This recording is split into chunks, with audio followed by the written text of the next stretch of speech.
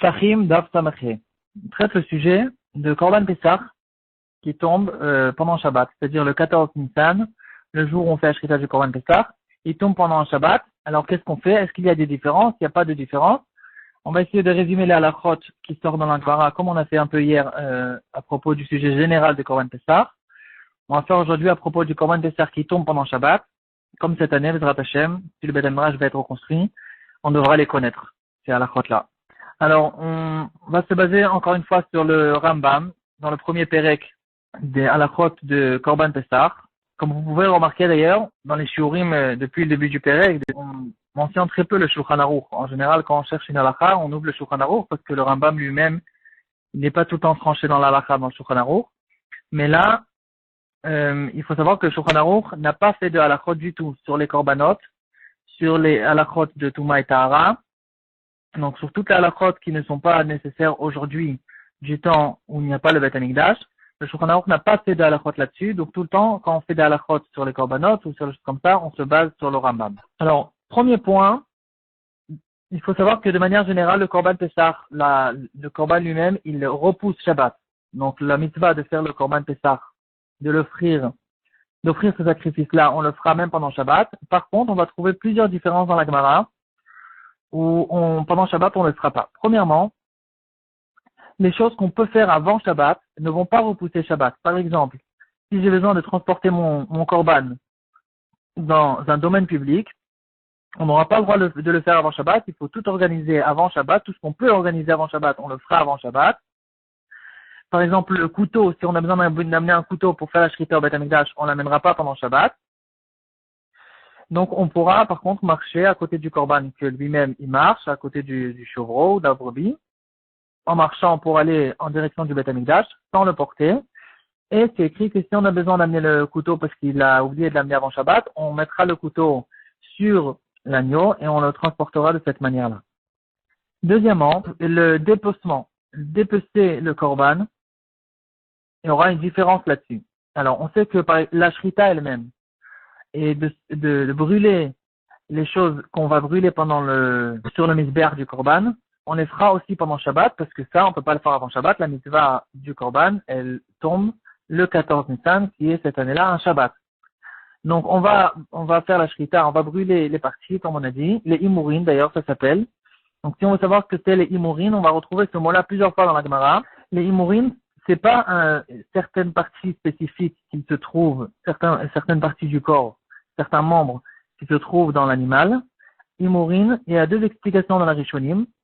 C'est un mot général qui veut dire les parties qui vont aller dans le misbéach. Donc, chaque korban, il a d'autres parties, pas forcément les mêmes. Et les parties qui montent en général sur le misbéach s'appellent les imourin.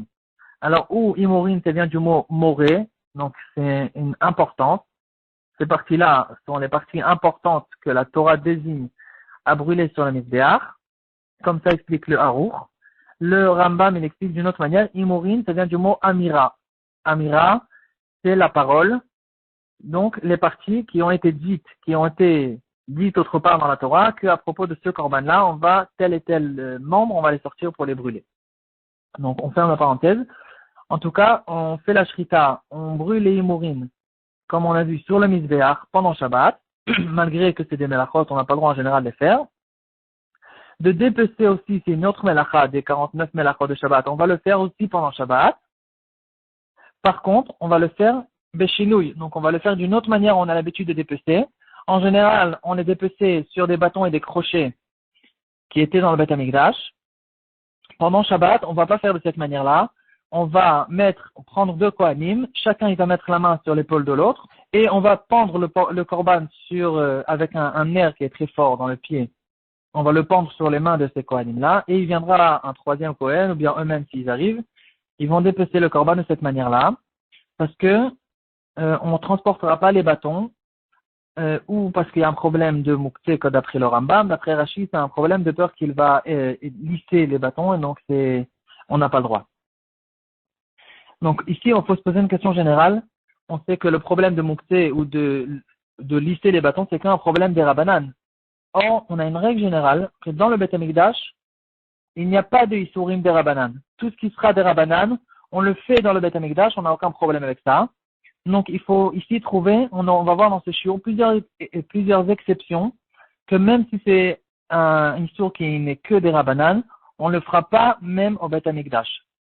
Alors ici, la raison pour laquelle on va pas dépecer avec les bâtons, c'est parce que les choses qu'on ne peut pas faire d'une autre manière vont repousser, le Beth Amikdash va repousser cette melacha. Mais là, puisqu'on peut faire assez facilement avec les mains, donc on va pas repousser pour rien, même un histoire des Rabbanan au Beth Amikdash.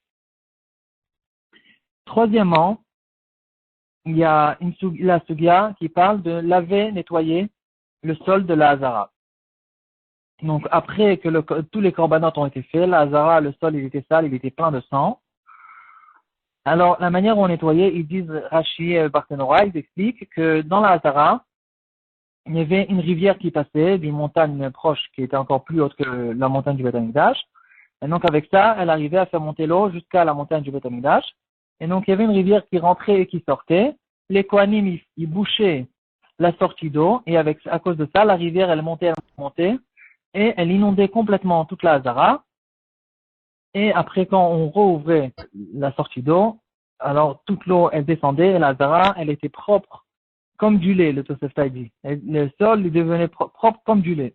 Alors, dans la Gemara, c'est écrit que les Kohanim le faisaient. Shelo Bilton Chachamim. Les Chachamim n'étaient pas contents de ce qu'ils faisaient, mais les Kohanim le faisaient quand même. Par contre, quand on va ouvrir le Rambam il dit que on nettoie la Hazara. Les 4 ilahs, il n'y a aucun problème. On va nettoyer la Hazara. Donc, il faut comprendre pourquoi le Rambam il a changé de la Gemara en disant que aux yeux de Chachamim, c'était pas super. Alors, le Kesef Mishneh, il explique que on va voir dans la Gemara que chez l'Obistan Chachamim, c'est pas tous les Chachamim, c'était que un des Tanaïm qui s'appelait Rabbi Nathan. Et c'était que lui qui n'était pas content de ça, mais en fait, les Chachamim en général, ils étaient d'accord. Ils étaient d'accord qu'on peut nettoyer la Hazara, parce que, comme on a vu, toutes les Melachot des Rabbanan, on peut les faire dans le Beth Amikdash, même si c'est pas pour une raison directe pour le travail du Beth Amikdash. Même si c'est pas pour les Korbanot eux-mêmes, c'est juste pour un nettoyage après les Korbanot, on pourra les faire parce que c'est que un des Rabbanan. Par contre, si on ouvre les shiurim de Rabbi David Povarsky, alors il explique que la raison pour laquelle les Kohanim le faisaient, c'est une raison un peu très intéressante. Il dit que normalement, en général, les travaux du Beth Amikdash, les travaux techniques, c'était les Lévim qui les faisaient. C'est eux qui ouvraient les portes, c'est eux qui faisaient les travaux de ce genre-là. Alors pourquoi les Lévim ne le faisaient pas? Alors il dit justement à cause que les Chachamim n'étaient pas contents de ça, les Lévim ne voulaient pas le faire, et à cause de ça, c'est que les Kohanim qui le faisaient. Mais quand même, après, il dit que, en fait, le nettoyage du sol de l'avoda, ça s'appelle pas une avoda. De la Hazara ne s'appelle pas une avoda, c'est pas un travail, c'est juste quelque chose de technique. Et donc, en fait, on peut revenir au Rambam que normalement, on a le droit, même a priori, de le faire. Voilà. Quatrièmement, qu'est-ce qu'on fait après le Korban Pessah? Alors, quand on a fini le Korban, on a vu dans la Gemara, et comme ça, tranche la halakha de Rambam, aussi dans Perek Aleph, là ça se trouvera dans la halakha Yud Zayin, il dit on retourne pas à la maison quand on a fini le Korban. Alors pourquoi on retourne pas? Pourtant on sait que Yerushalayim était une ville qui est entourée de murailles, donc il y a le meilleur Isrouf qui puisse exister, donc normalement il n'y aurait aucun problème de transporter dans Yerushalayim les Korbanot après la Shrita pour les ramener à la maison. Alors c'est vrai que la grillade on va la faire que après que la nuit tombe, mais pourquoi ils ne revenaient pas à la maison? Alors les Mefarshim ils expliquent, le Rashi et le Rambam ils disent que quand même le problème il était à cause de transporter. Alors là on comprend pas comme on a dit quel est le problème de transporter. Alors le Meiri explique que c'est vrai que c'est plus un Reshut Harabim grâce aux murailles, mais quand même c'était un carmélite. C'était un carmélite, donc c'est un Issur Midei Rabbanan.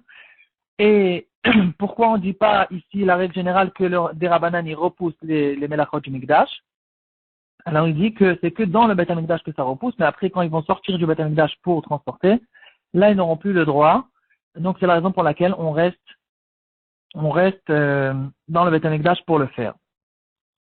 Bon, après les Mefarshim ils expliquent pourquoi c'est un carmélite, pourquoi ils n'ont pas fait un héros avec le pain.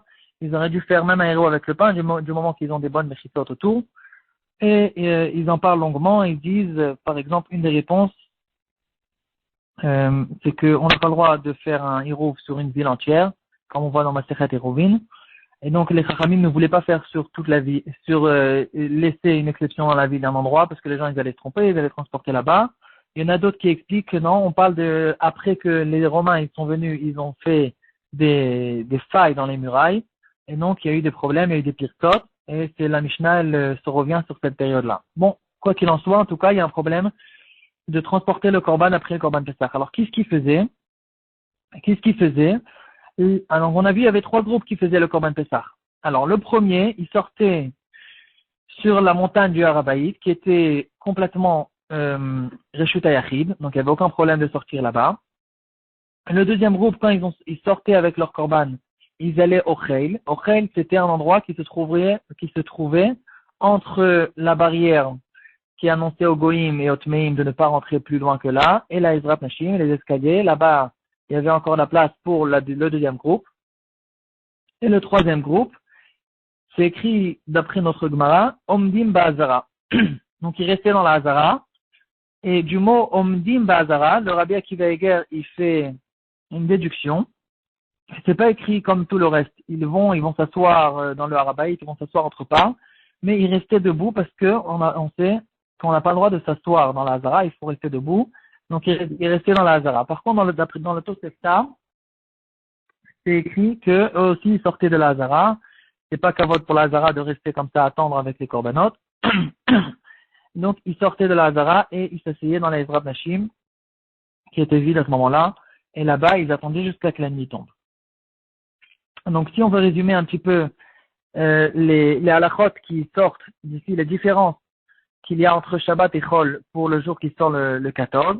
Donc, on a dit qu'on a une règle qu'en général, les melachot des Rabbanan, on les fait dans le Beth Amikdash, mais il y a plusieurs exceptions. Première exception, c'est les melachot qu'on peut faire avant Shabbat, comme d'amener le Korban. Deuxième exception, c'est les melachot qu'on peut se débrouiller d'une autre manière là, comme dépecer le Korban sans toucher du Moukté.